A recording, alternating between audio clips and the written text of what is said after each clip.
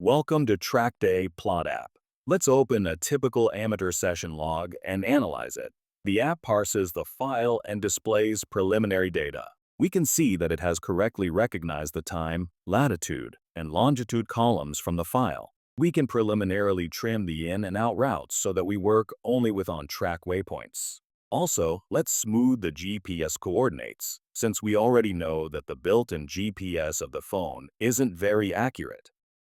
The CSV file contains many data fields, but many of them aren't useful for our analysis, so we'll exclude those.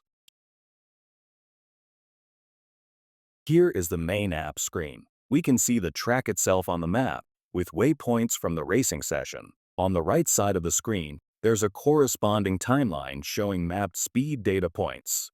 Different colors mark each lap of the session. By the way, GPS-based speed data tends to be quite noisy, so let's use speed data from the OBD2 instead.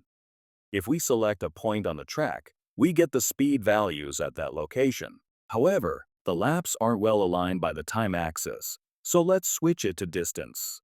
Now we can see the speed values at exactly the same position on the route for all laps. The app's core feature is segment analysis, so let's try it out. Now the chart shows only the laps within this segment. 2 laps, the red and violet ones, have low initial speeds, so let's hide them and focus on the better laps for analysis. The performance chart at the bottom displays the time difference between laps throughout the segment. From the starting point, we can see the green lap gaining an advantage. The purple lap performs poorly, so we'll exclude it as well. Now we notice that in the green and yellow laps there was too much braking in the turn, and it caused about half a second loss compared to the blue lap.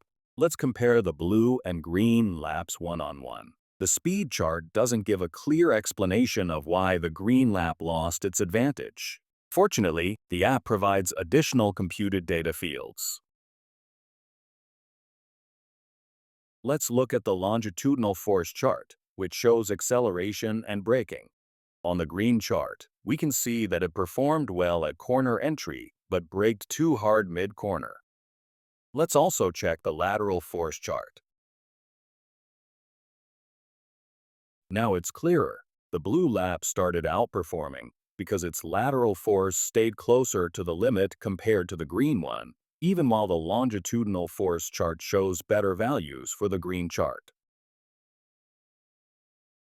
So, the quick takeaway from this analysis is, reach a speed of 90 kilometers per hour at the curve entrance, brake to 60 kilometers per hour, and maintain it through the corner so that lateral g-force stays above 1.0.